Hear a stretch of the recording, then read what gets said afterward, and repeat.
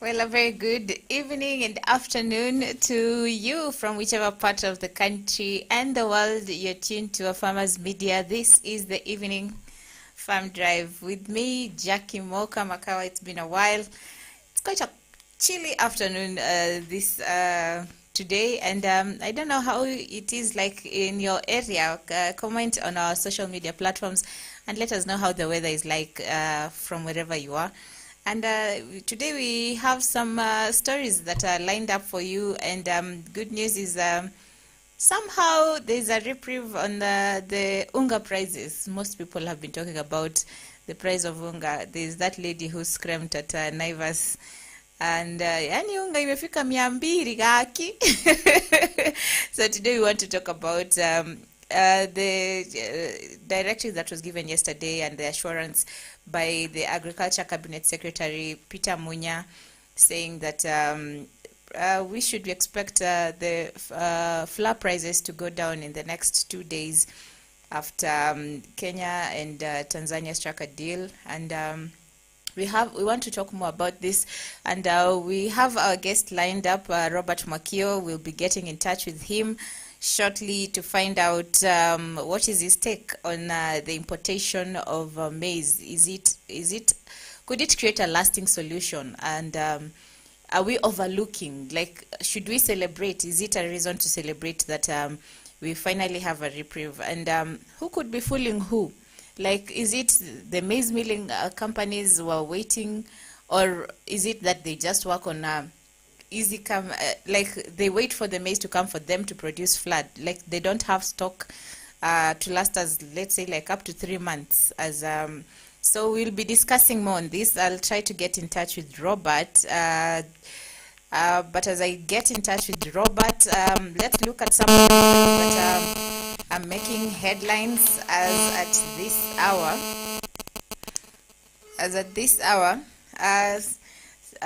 Some of the stories that we are looking at right now is Tanzania border crisis. Yeah, I think we have gotten Robert. Robert, thank you so much for making time to be with us in today's edition of the Evening Drive.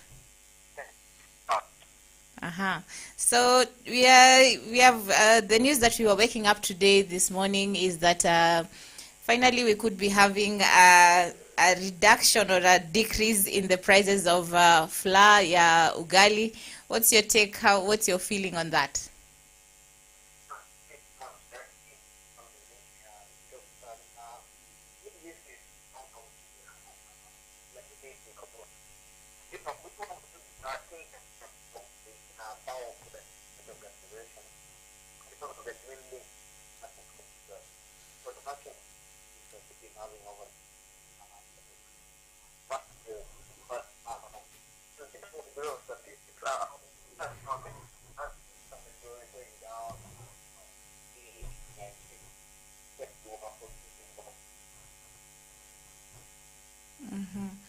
Yeah, I think you're having a challenge with your line.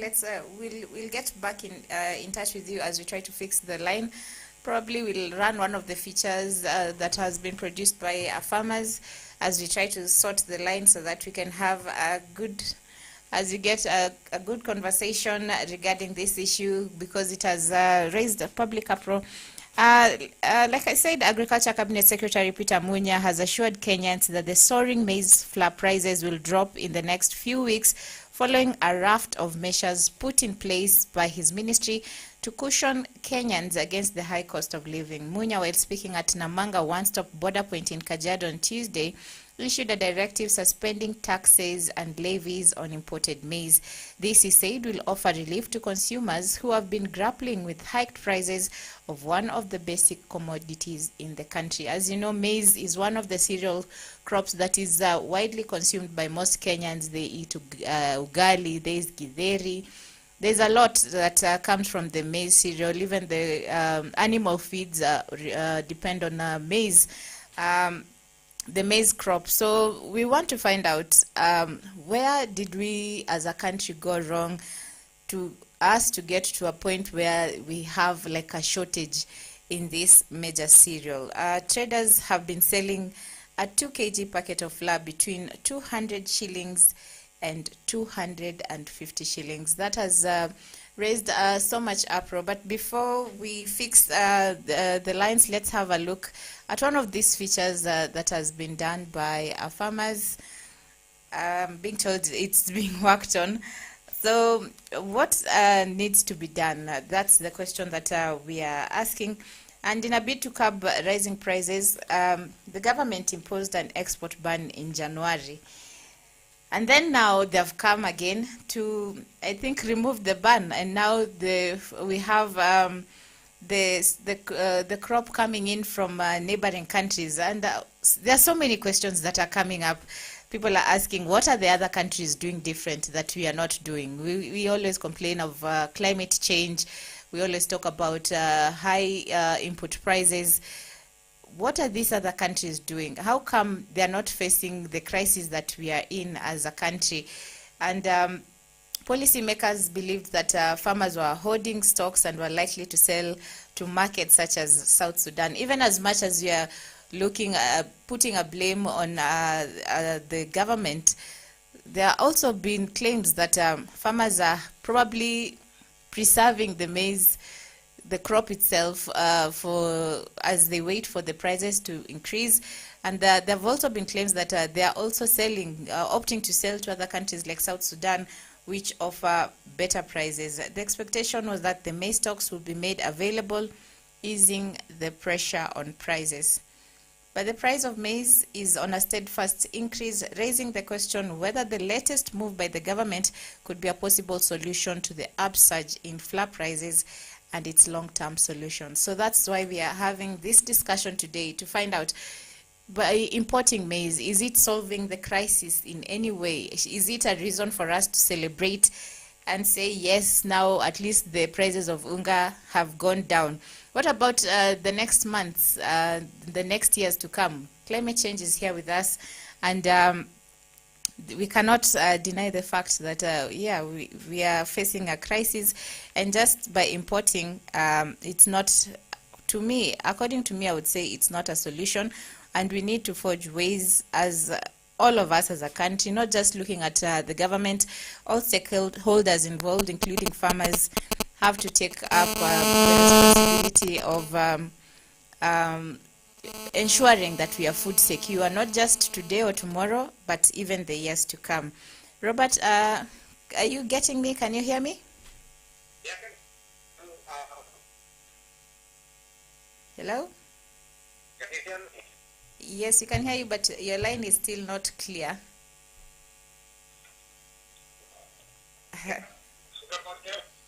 Yeah. I think there it's okay. So we were discussing about the raising issues that are coming up with the importation of maize. Is it a reason for Kenyans to celebrate and say, yes, now the prices of unga will go down, by Kenya taking the move to import maize from other countries? Yeah.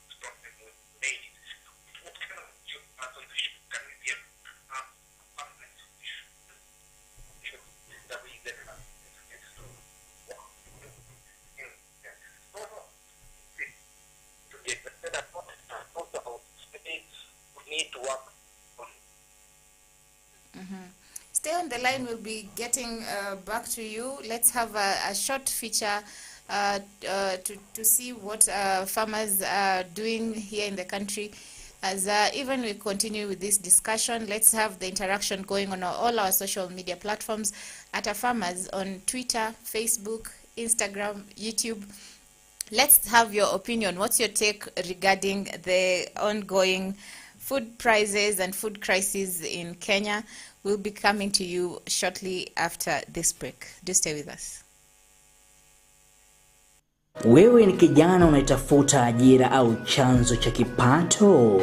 Suluhisho la kudumu limepatikana. Ungana nasi katika kipindi hiki, mimi msimulizi wako The Principal. Nikukumbushe ndugu mtazamaji, kilimo ndicho kinachotoa ajira nyingi na kinachohusika sana na lishe yako.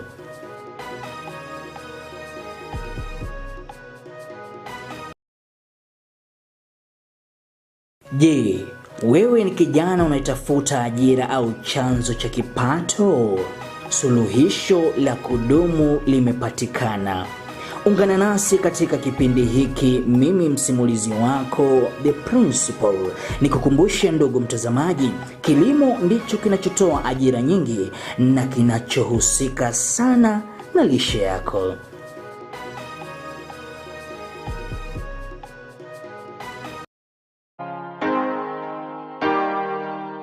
Pesticides can be very harmful to humans and environment if they're not properly handled. Safe handling of pesticides involves proper selection and careful handling during mixing and application. However, as useful as they are, they're inherently toxic. Here are some ways you can handle pesticides for your own safety, your farms, and the people around you. We are looking at reduced accumulation of obsolete pest control products in the country as one. We are also looking at the associated conservation of environment and also protection, conservation of beneficial insects such as pollinators and predators, which are used to control other pests. Before you use the pesticide, read the label and leaflet carefully. Measure the required quantity of pesticide. You have to have adequate clean water for the mixing. Adequate meaning enough to dilute the pesticide and also enough to do the cleaning of the equipment and yourself after the application. During the mixing process, you are also supposed to be wearing your personal protective equipment or PPE, and this is to avoid exposure to the pesticides.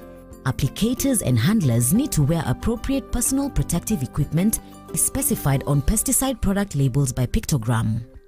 In hot and humid climates, the wearing of additional protective clothing may be uncomfortable, and pesticides should therefore be applied during the cooler hours of the day. Care should be taken not to touch any part of the body with gloves while handling pesticides. Avoid spillage and prepare spray fluid in well-ventilated area. Do not eat, drink or smoke when handling pesticides.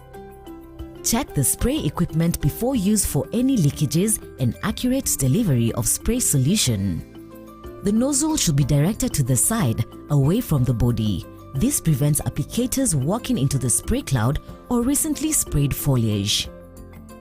Inspect equipment regularly for leaks. Leaking equipment should be repaired and the skin should be washed after any accidental contamination. While applying pesticides, be sure to follow application instructions precisely. More is not better. Unnecessary and/or incorrect application can result in exceedance of maximum residue levels, which can make the produce unmarketable. All consumers want to eat safe food. So whenever there is an issue of what we call exceedance of pesticides, or what we call maximum residual levels of a particular pesticide, then what happens is that the market becomes very concerned, because they want to assure their consumers that they are eating safe food, which basically is healthy. And then what they will do is that they are going to discontinue the supply of the products that we are exporting. In contrast, responsible and correct pesticide use following good agricultural practices protects the crop and keeps residues within acceptable limits required for sale. Incorrect application of pesticides can damage the crops and have a negative effect on human health and the environment. The vision is basically to ensure that we can bring as many farmers to understand the importance of safe use of pesticides, to understand the institutions that are involved in regulation of pesticides, to understand that pesticides, when used well, will support, production or increase production, and more importantly, the risks associated to the environment from pesticides. Once you've finished applying the pesticides on target crops, empty the spray tank completely after spraying. Spray any remaining spray mix on the ground of the treated crop. Triple rinse and puncture the empty pesticide containers and place this in a safe place for disposal. Ask your supplier or agro dealer about a collection scheme. Clean the spray equipment immediately after use. Decontaminate protective clothing and footwear through following proper laundering or cleaning instructions. Wash the hands and body thoroughly with soap water. A sprayed field must be marked and unauthorized entry should be prevented. In case of suspected poisoning, please refer to the label for instructions and call the poison center on toll-free line indicated on the label. Report the specific pesticide used.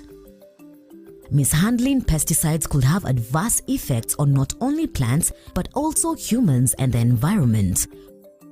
Proper care and instructions should be adhered to always.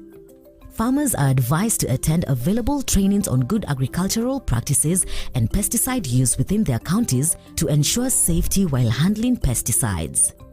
Remember, proper usage of pesticides increases yields and market access for your produce. Food safety is everyone's responsibility, starting with the farmer. Dawa bora, mazao bora.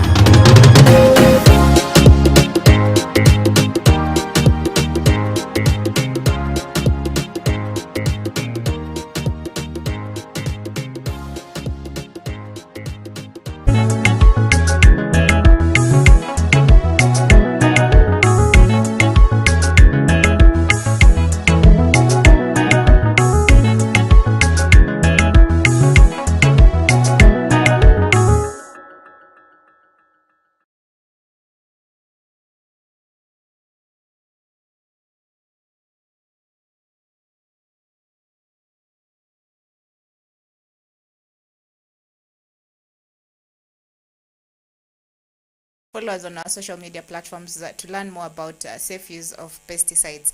But now coming back to our discussion, you're talking about food prices and you're asking, is importation of food a solution from other countries?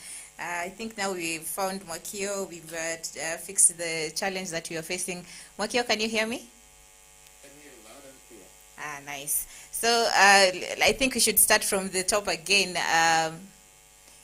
I think we'll start from the top again. And what's your take on the latest move by the government to import maize from neighboring countries like Uganda and Tanzania? Should Kenyans be happy about it? And could importation of these cereals from other countries be a solution to the food crisis, because it's a recurrent issue? Thank you once more, and I'm really sorry about that hitch. So it's like having rain in the desert. You see, we'll be happy for today, and then tomorrow we'll be back to the drought. So we cannot say it's something that we're going to be happy all through. We need to have a contingency plan or a plan that can work for the future. You see, it's now plain to see for the government that we're having a challenge. We cannot produce enough food or enough corn or enough maize for the purposes of feeding or being self-sustaining for the nation. Like I was saying during that interruption, I was saying, according to the Kenya National Bureau of Statistics, the production of corn or maize slowly dwindling. We had about 44 million bags. 44 million bags in 2019, and you can guess right now we are at 36.7 million bags produced annually. That is not enough. And remember, the population of Kenya is growing so fast. So 36.7 million is not enough to sustain, to be self-sustaining. So it is a must that the government has to seek measures to look at these gaps brought in by this dwindling production of maize bags. So it's a good news. It's good news that government is looking at measures of mitigating, but we need a long-term solution for this. Otherwise, prices will continue escalating. Very interesting pointers you're raising there. What's your take regarding the current? What is causing the fall in production? First of all, we've had issues to do with the climate change, issues to do with the high farming prices of the high farm inputs. But if you look at Kenya, Uganda, Tanzania, how comes it's only us who are producing less maize, and what could be the cause of that? Is it poor policies? I cannot say it's really poor policies. There are several factors that are affecting the production cost. But when you look at this, when you look at situation, we cannot compare Kenya in terms of maize production. We cannot compare Kenya, Uganda, and Tanzania. Because number one, Kenya we rely so much on corn oil, on maize as a basic commodity compared to Uganda or Tanzania. So what we does, we're putting a lot of pressure on maize production.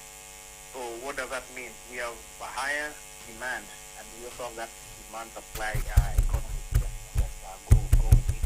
So we have a higher demand, and the supply is a little bit lower. So that's one of the factors that's affecting. So we can also blame it on global climate change, because we've been looking at poor climatic condition over the last decade, where we have about between 60 to 50% precipitation that's needed for growth of maize.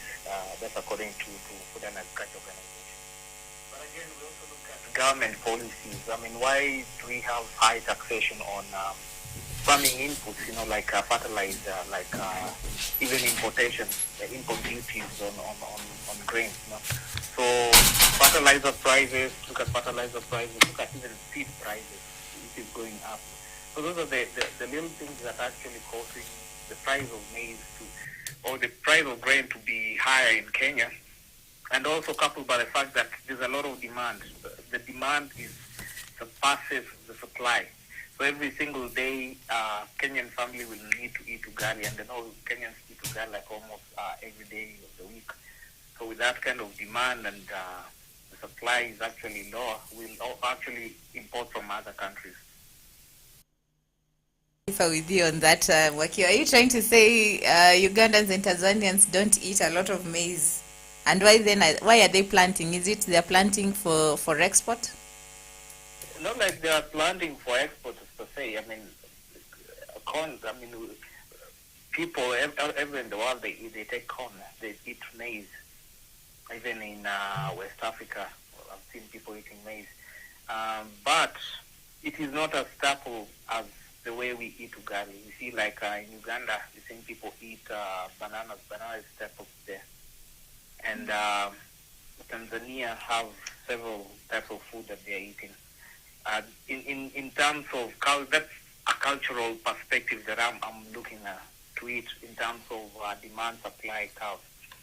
So what happens is Ugandans actually grow maize, but the demand, they do not have an internal demand for maize as compared to the external demand. So there are very few exporters of maize in Uganda, but there are people who grow maize for purposes of eating, because you cannot say that you can only eat bananas all year round. Like here in Kenya, we also have rice, but we are not seeing rice prices affected, though it's also part of our staple diet. So the high demand of corn or maize is the one that is causing all these shifts. Yeah. Mm-hmm. So, and there's one time I said sometimes we've overrated maize in such a way that if you don't have maize, it's like a Kenyan will say if he doesn't have ugali in his plate, he hasn't eaten at all. So that mindset also has to change. Mm-hmm. Comments you're raising there, Mwakio. But one might also ask, apart from even the demand-supply curve that you're talking about, What is it that these two countries, Kenya, Uganda, and the other countries that produce a lot of maize are doing? Hiring labor, cost of very many things, even transportation. So unfortunately, because of I can attribute it to inflation, of which we'll discuss later on. There's that aspect of inflation and the high cost of living, but you realize that due to high taxation, that's the aspect of government policies. We have high taxation on basic items such as cost of production, like fertilizers. You think the cost of fertilizers has skyrocketed, and it escalated with the war in the war in Ukraine, which caused the prices to go up, coupled by the fact that we also went through the COVID scourge. So at the end of the day, there are several factors that have led to cost of production going very high, and Kenya also has the Kenyan Revenue Authority also has imposed taxation on some of these basic production. Remember, also land is a factor of production. So we also have to look at the land. We also have to look at fertilizer prices. So all these are the cost of fertilizer, the cost of production in Uganda cannot be compared to the cost of production in Tanzania or in Kenya. So unfortunately, the cost of production in Kenya is a bit high, and that we can point a finger to the government policies. So that will solely blame it on the government. If the government can be able to look at a few things in terms of reducing the cost of production, that can also be a thing to consider. So like my point is, we cannot start sitting down and comparing cost of production in Uganda and cost of production in Malawi compared to here in Kenya, because there are several factors that affect the same. Yeah. Ask Mwakio, if Uganda are not taxing, like their taxes are not high, where are they getting their inputs from? Why aren't we running to where Uganda is purchasing their inputs from? Because is someone sleeping on their job? No, it's all about the import duties. We might be getting from, let's say, example, we are getting from Ukraine. The import duty or the excess duty that is imposed by the Ugandan government. Let's say 16% or 18%. The import duty varies between countries. So you cannot say that the import duty imposed by Kenya is the same as the one imposed in Tanzania. So maybe we might be saying a bag of fertilizer goes for 6,000 in Kenya and probably 4,000 in Tanzania because of the taxation purposes, you see. So it's not like we have to go to a specific country to source out that kind of fertilizer now. It's all about how the government imposes the fertilizer, the prices through its taxation policies. Yeah, that is why those are the nitty-gritties of that affect the factors of production, especially in the agriculture when you talk about. I'll have to bring in my colleague Noah Nasiale to counter that. But before we look for Noah, there's another article I saw on one of the dailies where Agriculture CS Peter Munya was urging farmers that may be preserving or keeping their maize to sell it now when the prices are good. Most of the maize in Kenya is finding its way in South Sudan and the Democratic Republic of Congo. Now, on that question, who is to blame first of all in this whole crisis? There are farmers who are keeping their maize, probably because of the poor prices that they're getting from probably the manufacturers, as well as the government, the cereals board.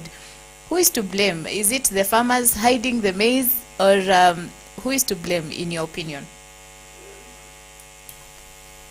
Okay, just recently, CS Munya was complaining the same thing, that farmers are holding. We are going into farmers are about to harvest their maize.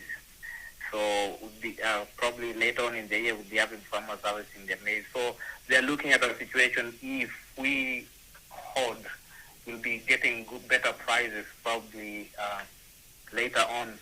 And then we also have that factor of getting good prices in South Sudan, which has really been affected by famine. So there are also those pointers. Remember, like I said at the beginning, our production is quite small. We cannot even export our maize. It's bizarre for somebody to think about selling to South Sudan while we have a very high demand for maize here in Kenya.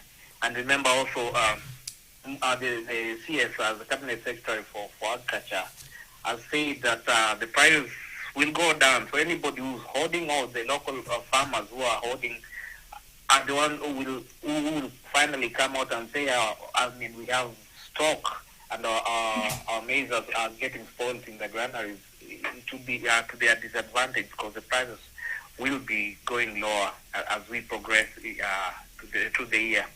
Mm-hmm. So yeah, that is it's a factor that we need to consider when we are looking at the sales, because remember, the demand is high here in Kenya. So it will be absurd for anybody to export or to hoard maize at this juncture. Mm-hmm. Yeah. And still keeping with the flour prices that are on a low-time high, we also have heard stories of some of the maize milling, local maize milling factories and companies slashing their production of flour and maize milling by half. And some of them even had to close because of claims that they didn't have enough maize to mill flour. What's your take, first of all, regarding those reports? And where are we heading to as a country where at this time we are having companies closing down because of shortage in maize and even wheat? What's your take on that? You see, that is where we are now. You see, according to the Millers Association, the granaries were dry. They were running short of maize from the local farmers. And to counter this, they needed to import, while the import duties were high. So when the import duties are high, the prices definitely go high. So because the local farmers were not giving them sufficient supply to counter the demand of the maize, they resorted into importing. And remember, importing, there's that import duty that the government had imposed on maize coming into the country. So with the importation, saw the increase on price of maize. So because of that, the government mitigated by slashing out or temporary ban of the import duty to allow the millers import the maize deficit that is there. So, and according to the millers, they are claiming that some of these farmers are hoarding just to get good prices. I think we also saw these with oil some time back, but I'm not very sure about that. So people are trying to create an artificial shortage for their selfish gain, allegedly. So by now, by government imposing that temporary stop to the importation, we'll be able to get the import-free kind of maize for the white grain that will come to the import, and it will be able to create to supply or clear the deficit that was there before.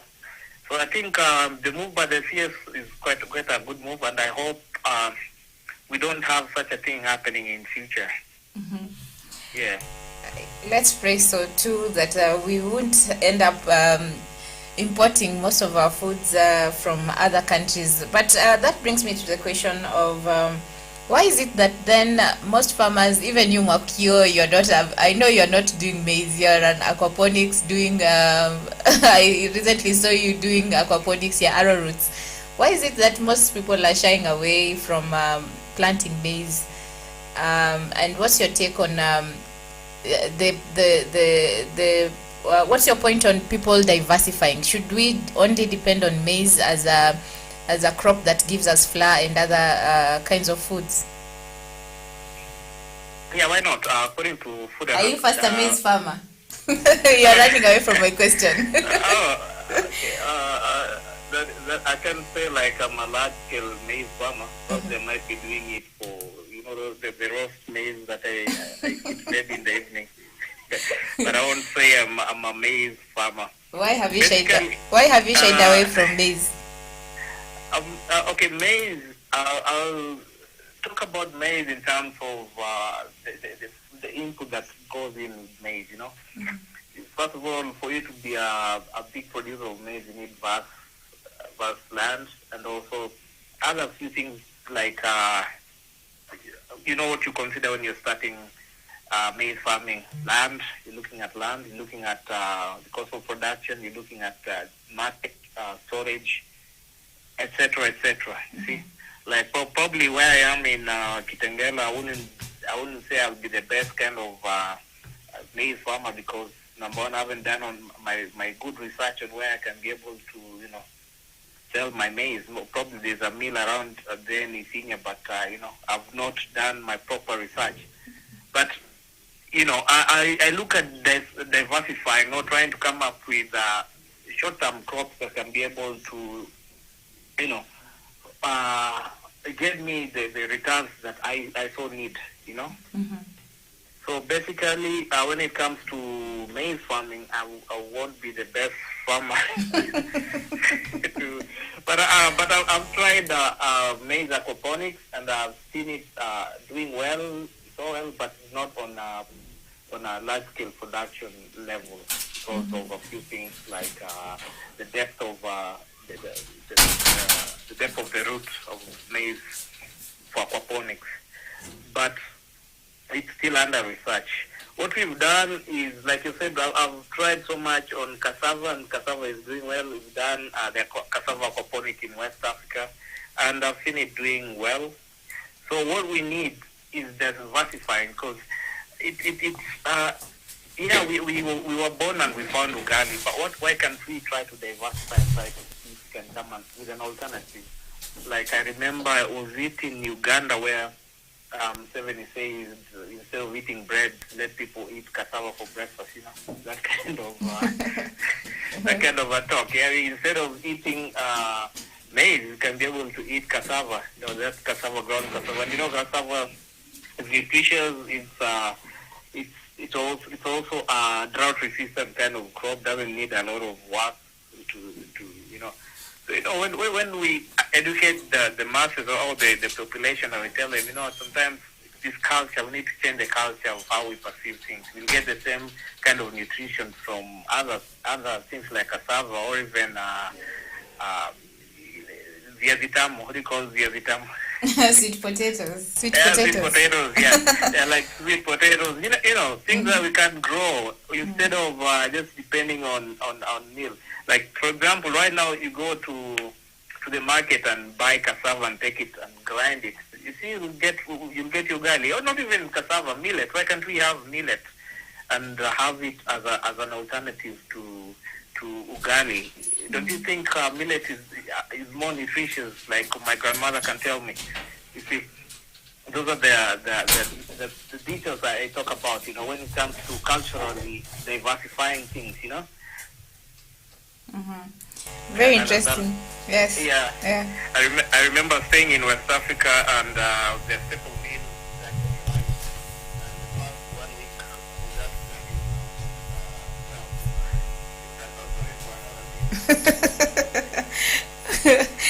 Interesting, Wakio. There, I think you've raised a lot of so many points that Noah has had to come from the office just to come and counter. Noah, are you a maize farmer? Yes, I'm a very proud maize farmer. Daktari, habari gani? No, I can see you. How are you?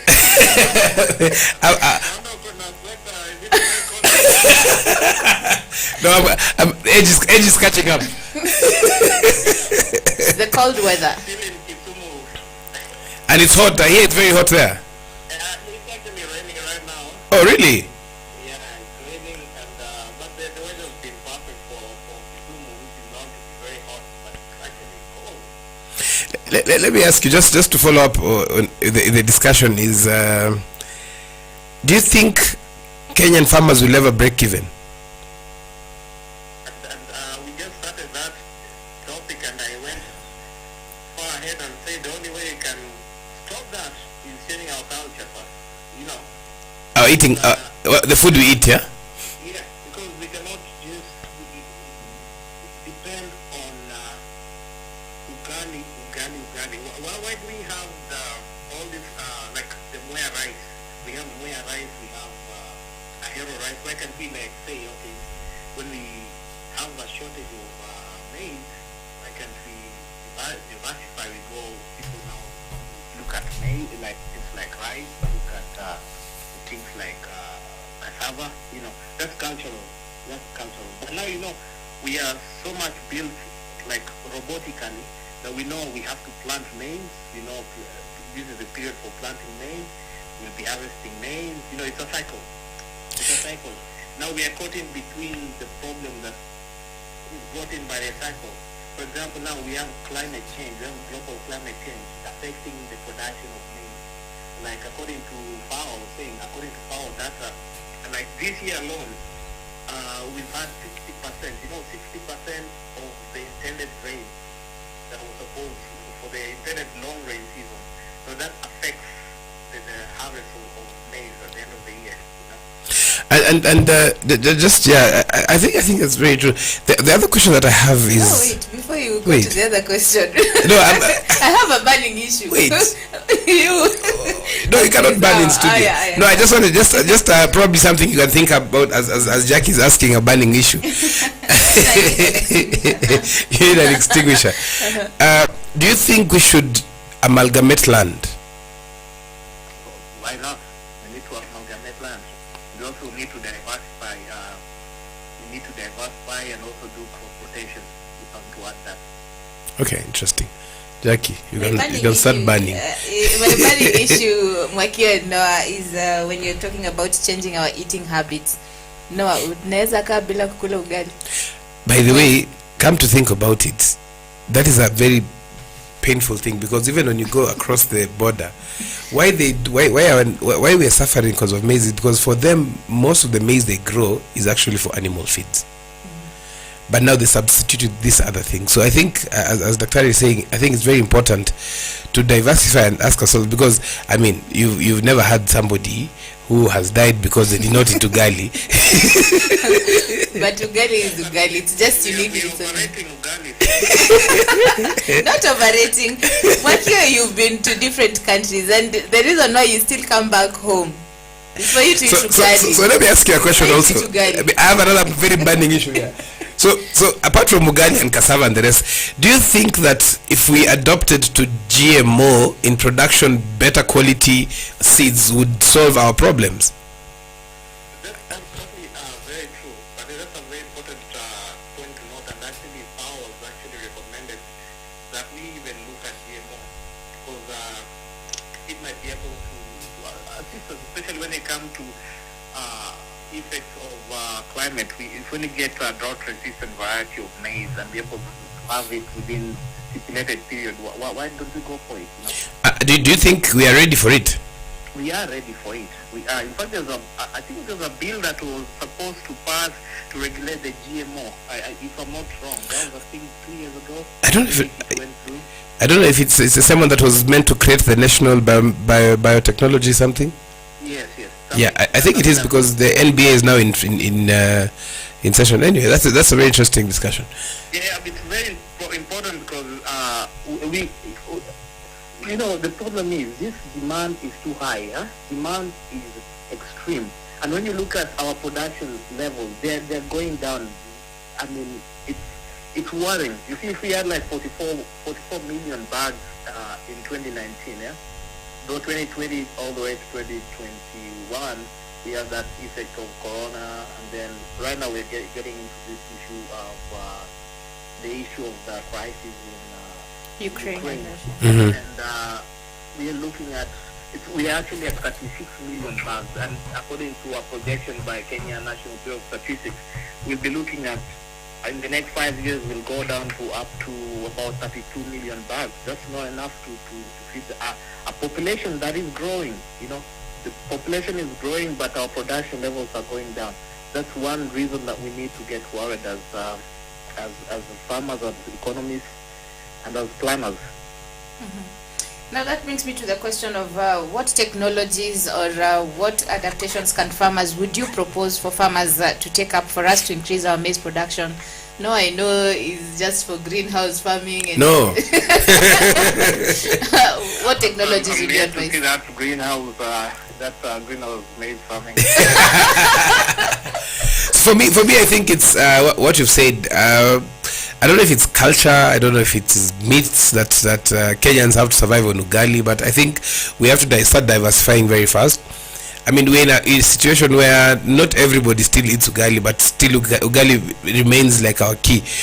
Even if the price goes high, and that's why the price goes high as well, because we are putting a lot of pressure on the millers and stuff like that. Probably the millers should not close. Probably they can probably start even milling cassava.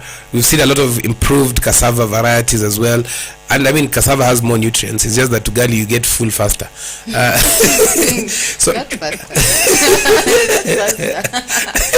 I mean, you eat ugali and you find somebody has slept for the whole afternoon. Yeah, so yeah, so I think the eating culture is one thing, but because I don't think we can say we go to new technologies now, because even the same technology of growing maize 30 bags is not there. So probably just correcting our soils, I think is key. It's very important for us to look at our soil structures, but also not just soil structure. Soil structure. It's also the reality. You know, yesterday I was attending a meeting, Daktari, and I met a brilliant guy called Alex Awiti, and he said that the way a human body gets tired is the same way our soils get tired. You know, that hit home.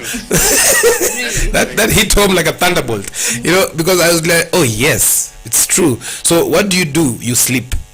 So you cannot keep on growing maize constantly, putting the same fertilizer. It's like continuously drinking an energy drink. I mean, at some point you'll block. So I think our soils have reached a point where they've blocked. That's why you find the pressure that has been put on Galana. Now they're saying that you cannot grow maize there. They're only growing fodder. So I mean, and back to you, Dr. Ali, just do you think, apart from the GMO and the rest, why do you think there's no pressure on fertilizer companies to sensitize farmers on soil testing? You know, it's like it's like telling a mechanic, it's like telling a mechanic, yeah, to educate drivers on what not to do so that they don't come to or to buy original spare parts. I don't want to be direct, you know what I'm saying? Or to sell sell the car. Sell the car and start walking, yeah? Otherwise, everybody will go home without money. So, it's that line, you cannot tell a businessman about closing his business. So, that one, they will continue selling. The same way, like a technology company, fertilizer company won't tell farmers to go and use organic kind of fertilizer. Yes. Yeah. But also, we were doing a small research in Kaimosi, where that's where I'm based now. We've been doing we're doing some projects at Kaimosi, and we in close partnership with Kaimosi University, and we went and looked at some of their cornfield, or the maize field, and I'm telling you, the kind of fertilizer that they're using. When you plant your maize there and you do not use the same fertilizer, maize will not grow. Really? That, yes. What do you mean? Abu, just start again. There's a student who is doing a research. Yes. Next time I'll pull her in so if you can discuss about that research he's doing. Mm-hmm. That the maize, they've planted maize in a specific field. Yes. That's somebody is doing, yeah. Uh-huh. Where they use a specific X fertilizer with that maize, yeah? Mm-hmm. So after planting, and then she did the same research on the same soil, planted without the fertilizer, the plants never grew. Can you imagine? And this is in Kaimosi. It's in Kaimosi. And Kaimosi is near it's about one of the most religious cities. Let's not go to the No. What I mean as in, it's being sold to the farmers, or it's a project they're working on. They're testing the fertilizer. It's a small research somebody is doing for a graduate on how seed quality, looking at seed quality, looking at soil quality, and looking at fertilizer. And when you're combining all these three, how some of these probably seed companies or fertilizer companies have made a situation where you can plant like the seeds that really have to rely on fertilizers to grow. You see? wow, that's interesting. Hey, that's very interesting. So does that? And is there a way that probably the seeds can come coated, or that can only be done post seed production? Like they come coated with some level of nutrients. I've seen there's a product called Faticot. A seed. I think it's a seed dresser from I think from Omnia, and it's like it coats the seed with some basic nutrients. So post germination, the seed has some nutrients that enable it to grow. I don't know. Do you think that technology is something that is it even viable? Okay, the issue is, well, once you have it, it's coated, it goes into the soil, it grows. The issue is post harvest. You've harvested, you see, and the impact of these chemicals to the soil.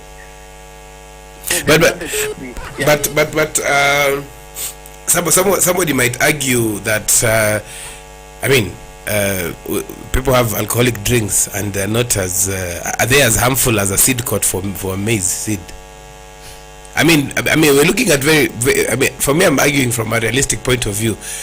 For a very long time we kept on saying there's no GMO, we cannot accept GMO, but looking at what is happening now, African countries are actually adopting, and not just adopting, because it's something that is now coming into reality that yes, it's GMO, but it is better than what we have.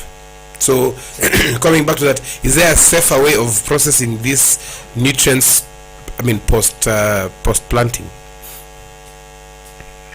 Yeah, now that will solely depend on how institutions like Kenya Bureau of Standards are able to advise in terms of the chemical levels of some of these plants. We won't stop this technology from coming. We are out there to embrace technology. We are out there to embrace the best practices. And like you were saying, if all tested and everything is working out, why don't we? Because we cannot be static in everything that we're doing. We have to try to see if we can have a sustainable system in the future. So if this works well and good, but we don't want a situation where we use such kind of fertilizers or such kind of feed that cannot grow if you put it on land that has not been treated. You see, that is where the biggest issue is.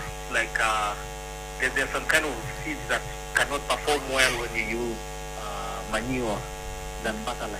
And the same way you're saying, we also look at some of these seed companies. Some of this with the kind of seed, if it's a GMO kind of seed, how have they been modified? How fast do they grow? Which kind of trace elements do they need to grow? So so that you do a soil test, you realize you do not have sufficient maybe you don't have sufficient levels of boron, or you don't have sufficient levels of nitrates. So in such a situation, what happens? So we don't want to reach a situation where we rely so much on the soil. We rely so much on improving the soil. We want a situation where we can have plants that can grow without additives. You see. So it's the future. We're looking at future plants and production, and all this is all about sustainability. Improve our production in future, but not at the cost of the soil. Like whatever your colleague or your person you are talking to was saying, some of these things have adverse effects on the future of soil. Like cannot take energy drink everything. Seeds to the soil that has been planted with lots of fertilizer. She planted seeds without fertilizer, and the seeds never came up. You see, those are the adversity I'm talking about when it comes to using a lot of chemicals on the soil. So we can use them, but we use growing trends, even in the seeds that they select when they got maybe to an agrovet, they usually told, hii ndio mzuri, chukua hii.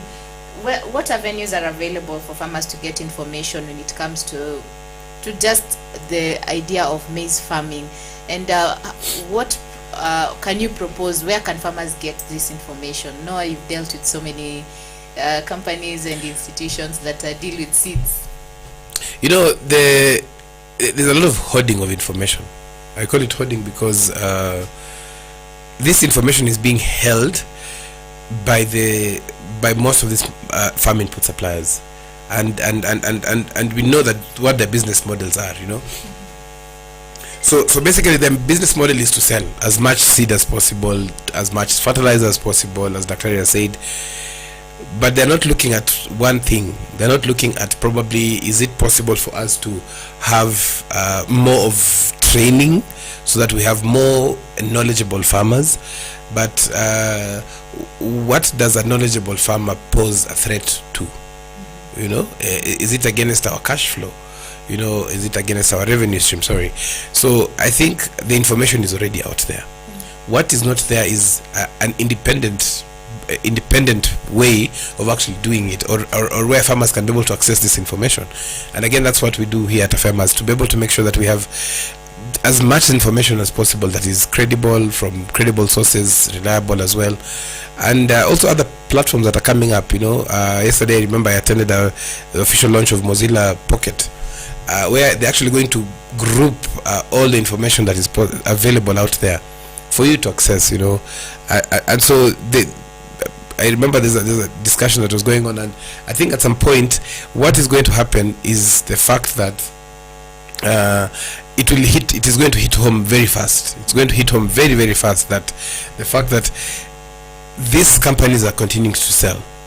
If at some point we have good quality seeds, then these companies, people will start wondering, okay, do I even have to plant maize? And I think to some extent the overhype of some of these new technologies is what is really bothering us. I remember a few years back we were planting we normally call them OPVs, the open field varieties, and then all of a sudden there was a really loud bang on planting hybrids, adopting to hybrids, and we took up, we have hybrid maize, we have hybrid and all that, but realize that even that hybrid is not to our advantage per se, because that information, there's information that is not being given out, you know, and that leads me to a question, and I want to ask Daktari, do you think the fact that hybrids came into the market, do you think it's something that we overhyped the production, the improvement of seed?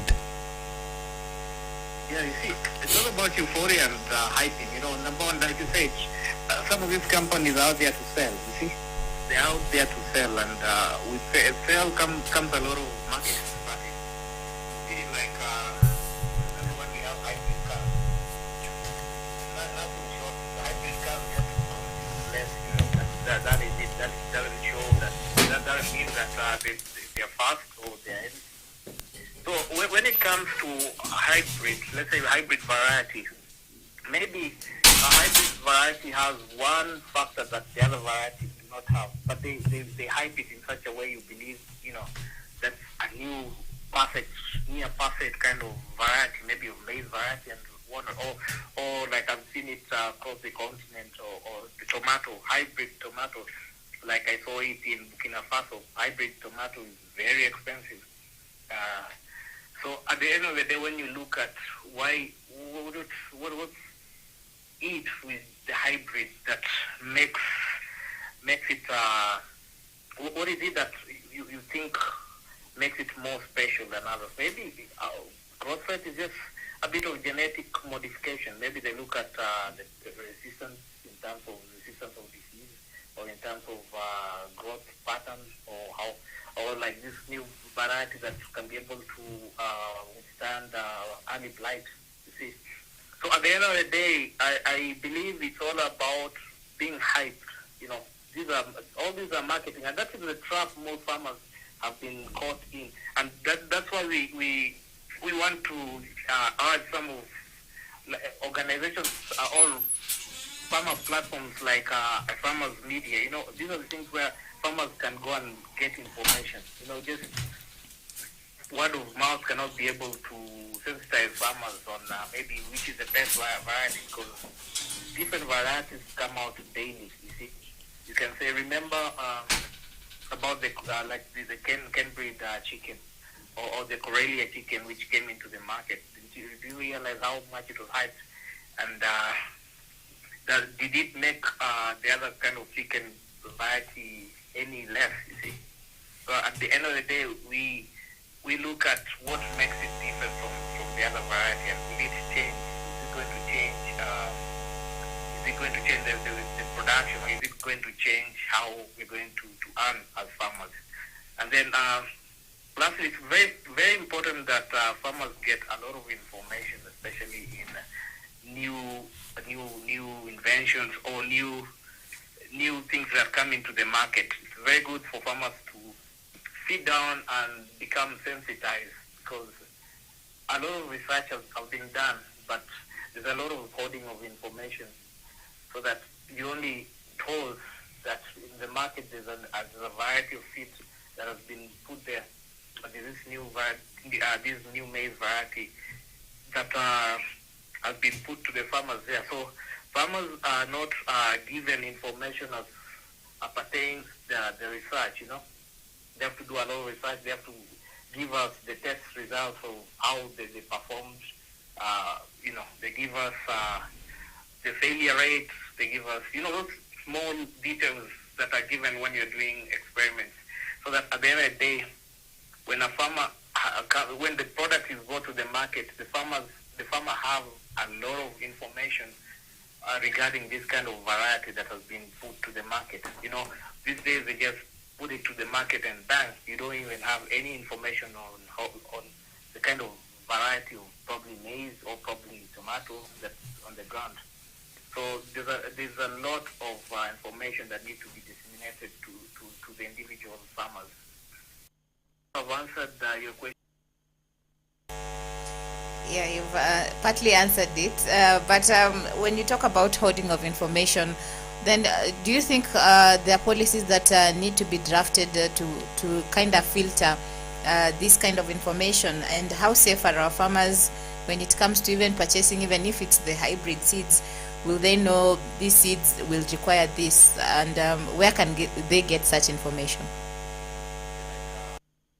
It's not like the pharmaceuticals where they're supposed to provide a lot of information with regards to medicine, and the effects, the long-term effect or the adverse effects, etc., etc. There are no laws that are there that have been put in place to regulate the amount of information given to farmers in terms of new varieties or new variety of seeds or chemicals that are supposed to be used. And now that solely depends on the company that brings this kind of products to the market. So probably if we have a new parliament and a new cabinet secretary who look at that as a policy in agriculture, that can be well and good. And we can use such platforms for such information. Interesting. Maki was asking if he answered your question on hybrid. Yes. I just have I think we are changing. We are really changing things. We are trying to adapt to so many things and giving a lot of pressure to farmers by giving all these things rather than just coming with a solution. So for me, I think we will go after the break. I think we will go. We go for a break. Yeah, we'll be taking a break. But before the break, as in what I wanted to find out from Daktari, there's a lot of money being pumped into agribusiness and agriculture in Africa, but we are still facing hunger. Our soils are still depleted. After the break, probably you can just answer that and just get to understand how is it possible? You know, how is it possible? Yeah. So just wacha nisifutwe kazi hapa.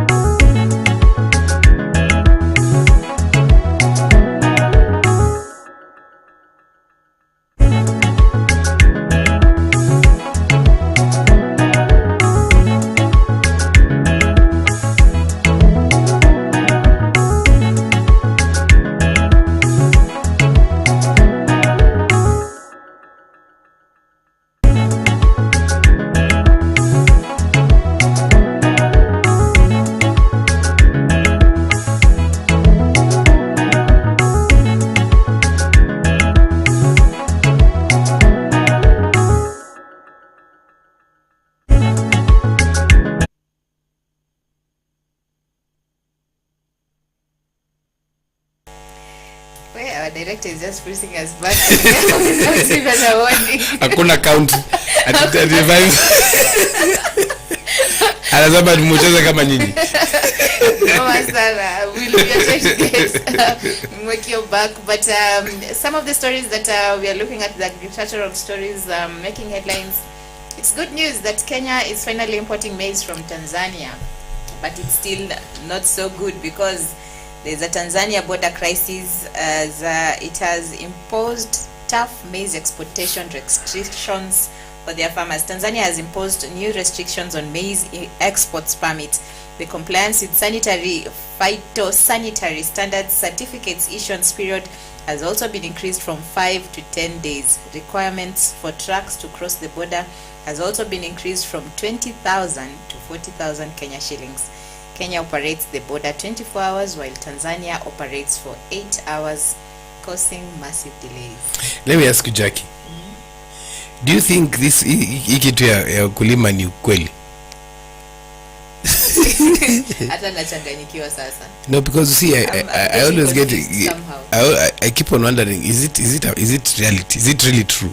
Because there are too many problems farmers are facing. Too many problems farmers are facing, you know. Mpaka you wonder, ni ukweli. As we sorry. As we look for waiting for to reconnect with the daktari.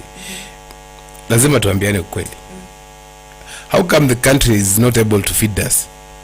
That's the question I was asking Wakio, and that's why I even called you from the office to come and challenge Wakio, because Wakio was saying the demand supply versus the curve. Yes. Oh, Tanzanians and Ugandans don't eat, they don't consume as much maize as Kenyans. Yes. I don't know. Kindly get Wakio back on the line so that you can challenge him on that. Yeah, because see, it's a wonder, you know. You keep on thinking, oh, should it be, is it this, is it what, you know, and kazi mingi kufikiria hiyo vitu. But anyway, I think at the end of the day the challenge comes. Let's see if daktari will be okay. You can hear us, eh? Yeah, so we're just asking ourselves a very interesting question. Sorry? And now? Okay, now you can hear. So is it true? Is it a reality that farming is?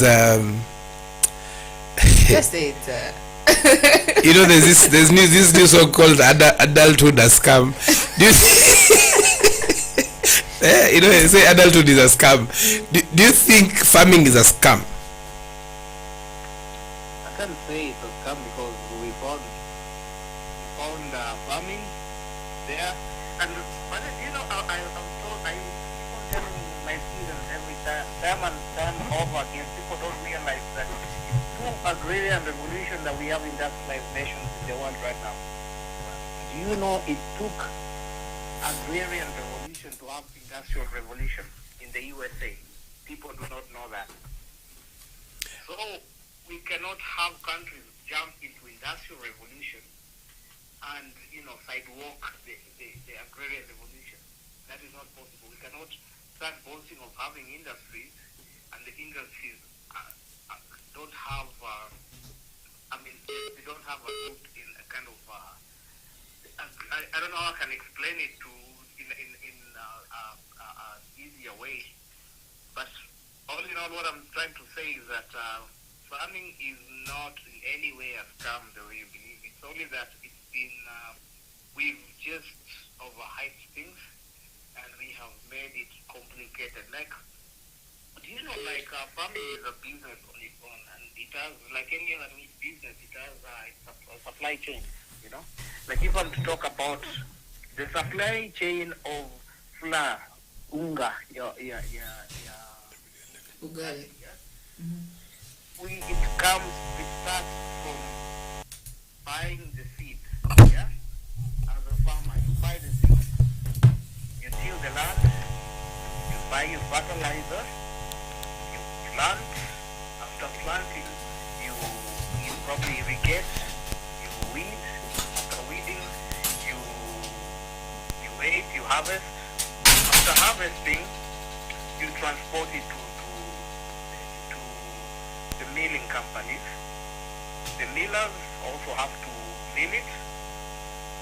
After milling, they have to ensure, and in milling also has its own cost of production. We have electricity, we have transportation, we have packaging, we have quality control. By the time you're getting your unga in that store, that 10 store, that retail store that you're buying from, you can imagine that system, that cycle that it has gone through. So remember, if one thing is affected in that supply chain, let's for example, just a small thing like the weather, let's say it doesn't rain, the whole system, the whole chain is broken. Or we look at probably the inflation, or we have this war in Ukraine, the whole system is interfered. Or we have farmers just decided to go on strike, the whole chain is affected.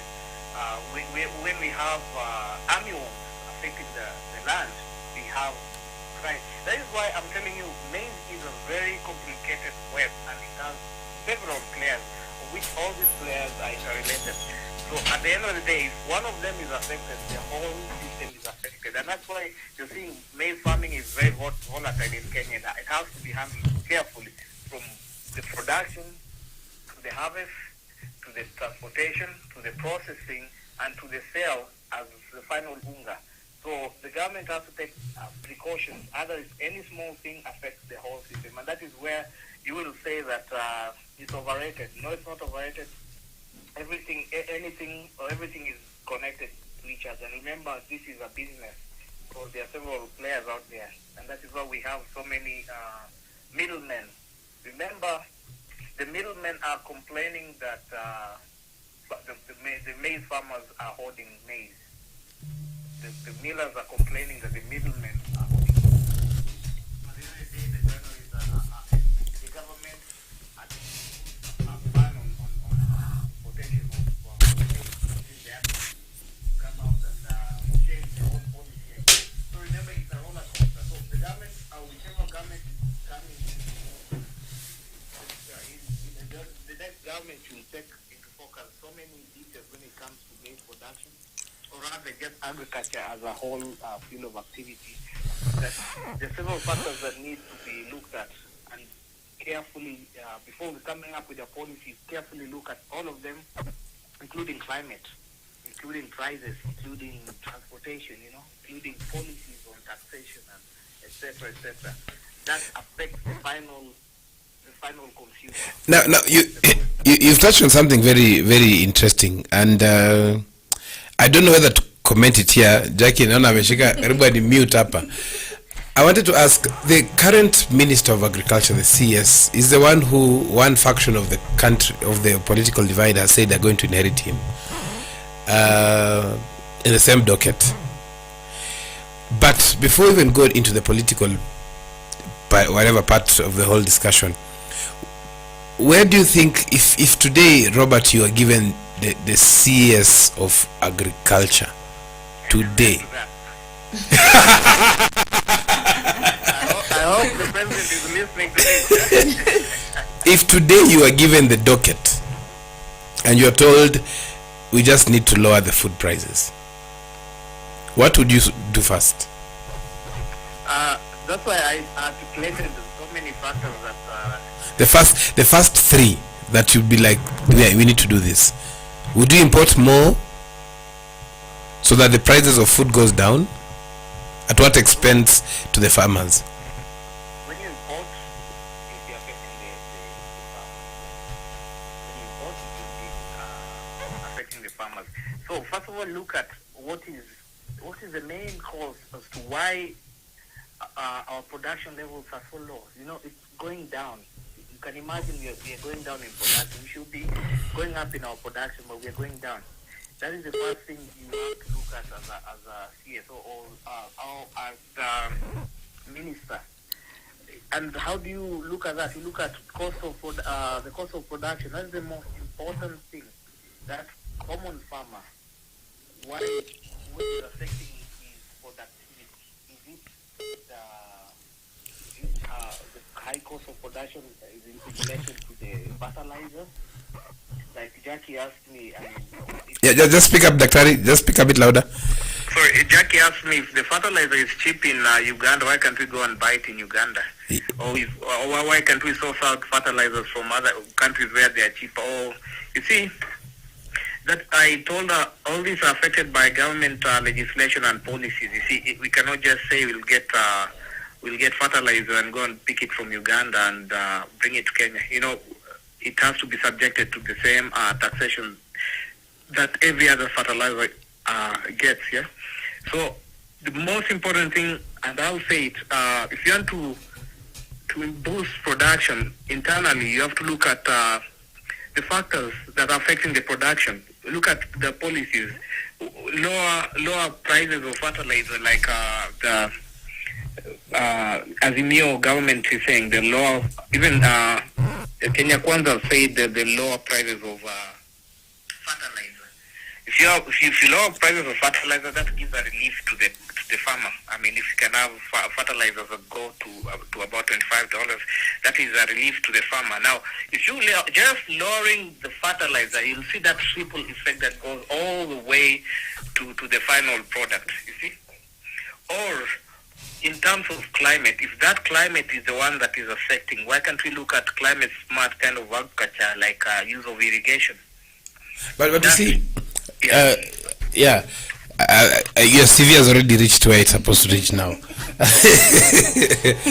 my question is, why is this that, I mean, 50 years post-independence, 50 years post-independence, 50 years plus post-independence, we have people who have been there, who have seen independence, they have traveled far and wide.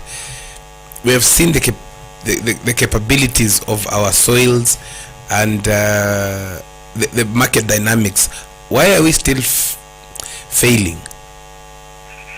I mean, there's a lot of money being, we're making a lot of money coming in from exports, but we cannot feed ourselves. I mean, as much as I love avocados, I cannot feed my family avocado every day. So what can we do as a bargaining chip? What bargaining power can we have that we either reduce the freight charges of these fertilizers, or commission and make sure that the fertilizer companies are being given a mandate? You'll continue selling, but only if the people you're selling to, their input is, I mean, the output is increasing. Because I mean, we have to have some of these harsh realities. You can't keep on selling.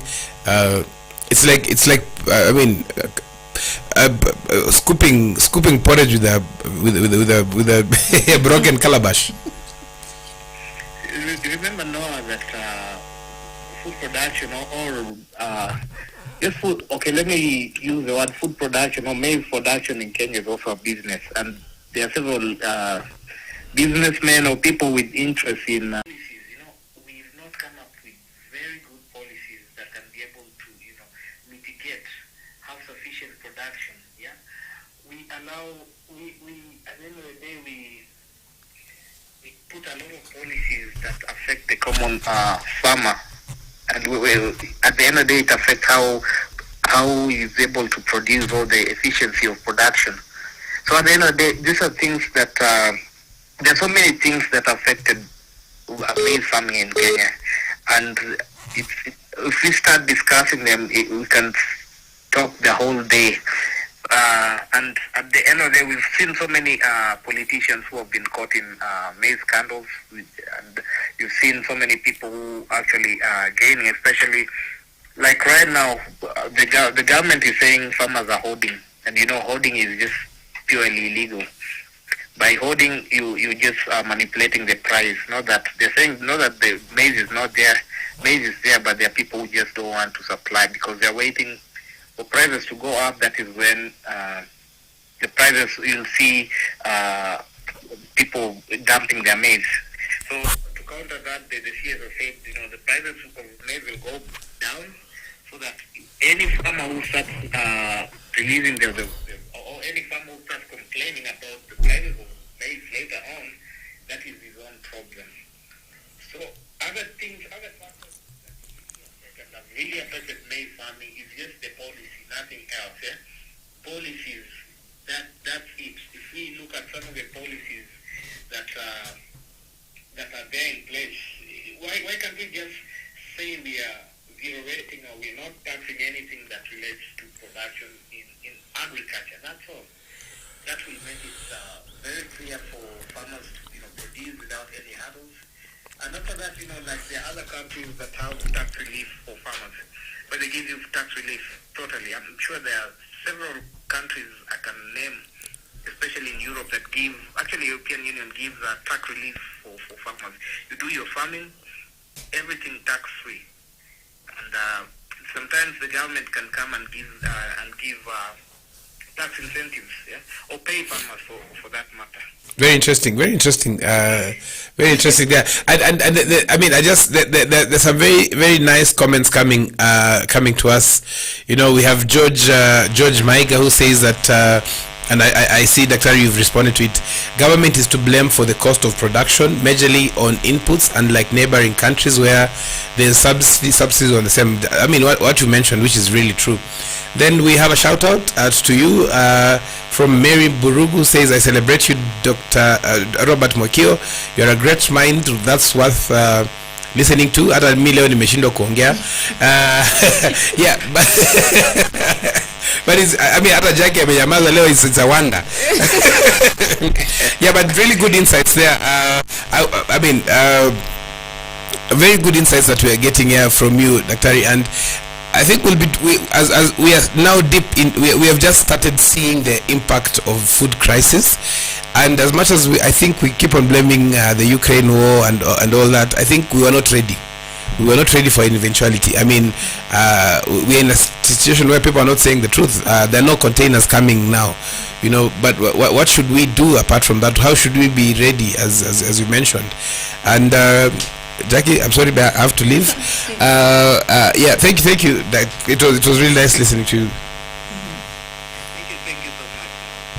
Yeah, so I think I'll have to release the gentleman as we continue with the evening farm drive. I'll be bringing you some of the breaking and news stories on the agricultural scene. Thank you so much, Noah, for jumping into my show and partly taking over. Thank you, Robert, for making time. We'll be getting in touch to get more insights from you regarding matters agriculture. Thank you. I'll see you guys when I come to it again on Friday. Fantastic. You're welcome. Yeah, so looking at some of the stories, we'll be releasing Noah, so I'll have to.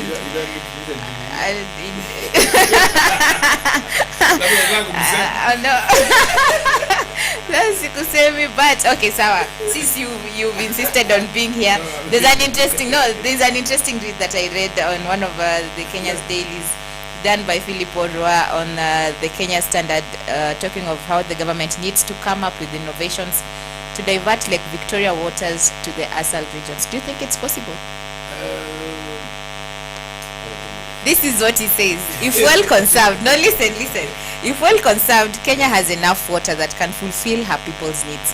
In places where there is plenty of water, these waters can be diverted to places with less water. In addition to rain and underground water, another possible source of water that can satisfy the needs of the whole of Kenya is Lake Victoria. This lake provides water for countries along the River Nile. Egypt and Sudan have managed to maximize on water flowing out of Lake Victoria. But you see, Jackie, why I say I need to go? Some of the tributaries. I have to start watching my back, but see, it's a reality. These are things that should be happening. We should be purifying water, because why should water go to waste? Why are we seeing water flowing from wherever it's flowing to the river all the way to what one would call? Why can't we do something about it? It's going to the Indian Ocean, and the Indian Ocean is going to be drunk by the fish is going to drink it. Why are we accepting that? So it's and these policies are already there. We have a Ministry of Agriculture, Livestock and Fisheries. We have a Ministry of Land. We have a Ministry of Irrigation. So we have all these ministries, but are they accessible? But I think it's important for us to be able to make sure that we are doing this the right way. Asante sana kunialika hata kama acha tu niende. And that's not walking out of my set just like that. And this has been the evening drive with me, Jackie Moa. I was joined by Noah Nasiali and Robert Makio. We were talking about the importation of maize. Could it be a solution? Keep your thoughts coming in, and we'll be talking more and interacting on our social platforms at Afarmers on Facebook, YouTube, Instagram, and Twitter. It has been a very interesting show. Hope you've learned a thing or two. Have learned about the hybrid seeds and some of those seeds that Mwakio was talking about that cannot actually germinate without fertilizer. That is a show that we'll be following up to find out exactly what these kinds of seeds are and where farmers can get information with regards to matters to do with planting, all the way from getting your good quality seeds, what you need to do, how you need to treat your seeds before you plant, and even how you select your seeds. I've been your host, Jackie Mo. Hope to see you tomorrow for more conversations regarding matters agriculture. This is where we train and help you grow and make profits. So keep watching Afarmers Media and keep the conversation flowing on all our handles. We'll be seeing you tomorrow, same place and time, 3 to 5. Goodbye for now.